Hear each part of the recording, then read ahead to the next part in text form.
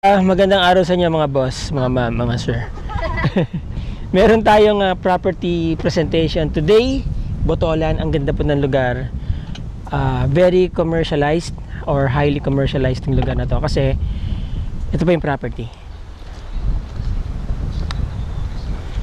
Alright, ito po yung National Highway. Dito is downtown Botolan na po yan, or town center na ng Botolan yan. And then dito dire-diretso ay iba, Zambales na po yan. About 5 minutes drive from here, nandyan na po kayo sa Iba, Zambales. Malapit kayo sa hospital, sa basically sa downtown or central business district ng Iba. Ito yung property yan, hanggang dun, pag ganun. So dito may road right of way. Ayan. Kasama po itong structure sa binibenta, para siyang corner lot. Ayan. Okay. Ang maganda po sa lugar na to ay mataas ang flow ng mga sasakyan, nakita nyo, diba? Ito lang po kasi yung kalsada going to Iba. Wala pong bypass road. Actually may bypass road doon coming from Zambales Tarlac Road, nandoon eh. Pero ito talaga yung dinadaanan highway back and forth or to and fro sa Iba and Metro Manila. Itong highway na to. Alright? Again, we are in Botolan na po. Almost ano na po ito, downtown. Actually downtown Botolan na po ito. Ayan. Highly commercialized po itong area na to.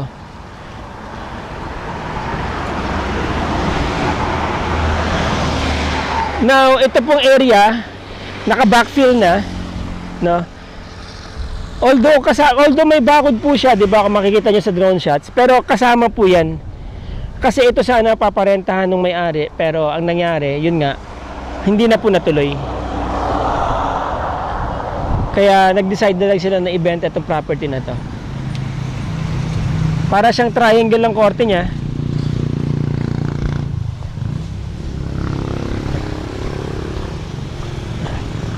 Malalim po yung backfill nila, ha? Ilang truck din to. Gumastos yata ng 700,000 dito sa patambak pa lang sa area na to. Kaya ito, konti na lang yung tatambakan ko sa kasakali man. Kung meron kayong mas magandang ilalagay dito na structure, let's say commercial building, napakaganda po ng lugar na to. Alright?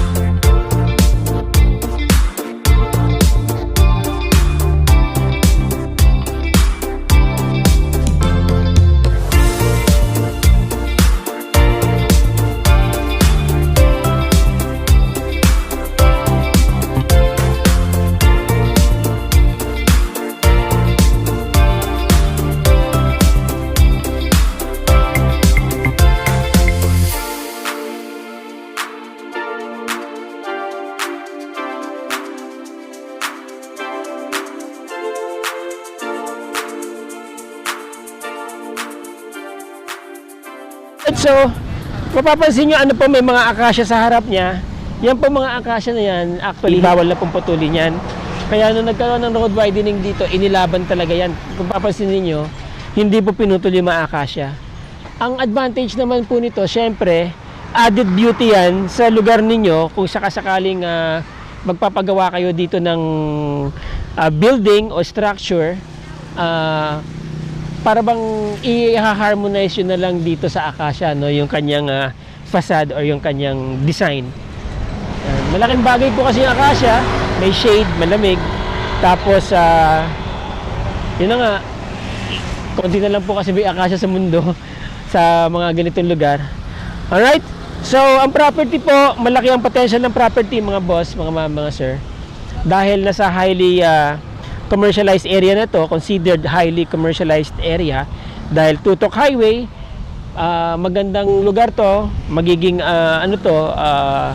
very good income generating property po ito kapag nagawa nyo po ito ng magandang negosyo. Kasi nga, kita nyo, walang tigil yung sasakyan. Ano po? Alright, this is about 5 hours drive from Metro Manila. About 3 minutes drive, nasa town center na po kayo ng Botolan. 5 minutes drive, nandyan na po kayo sa Iba, Zambales, capital ng Zambales. You know, where all the essentials that you need, halos nandyan lahat. Alright? Mahalawak po ang frontage, mahaba ang frontage niya, around 40 to 45 meters po ang frontage, no? Bihira po yung ganyan dito sa lugar na sa tabi ng highway, dito sa along this lane ng Acacia Lane kung tawagin namin. Okay mga boss, mga sir, 1,715 square meters po ang property, selling for 10,000 per square meter, so that is 17,100,000, 150,000. Ano po? Okay, yung mga interesado po dyan, mga boss, mga sir, nandyan po ang aking contact details sa video description. Kontakin nyo lang po ako dyan. Schedule po tayo ng inyong visitation. At least give us 2 days heads up kung magpapaschedule po kayo ng visitation. Alright, mga boss, mga sir. Till the next video, maraming salamat po. Ciao.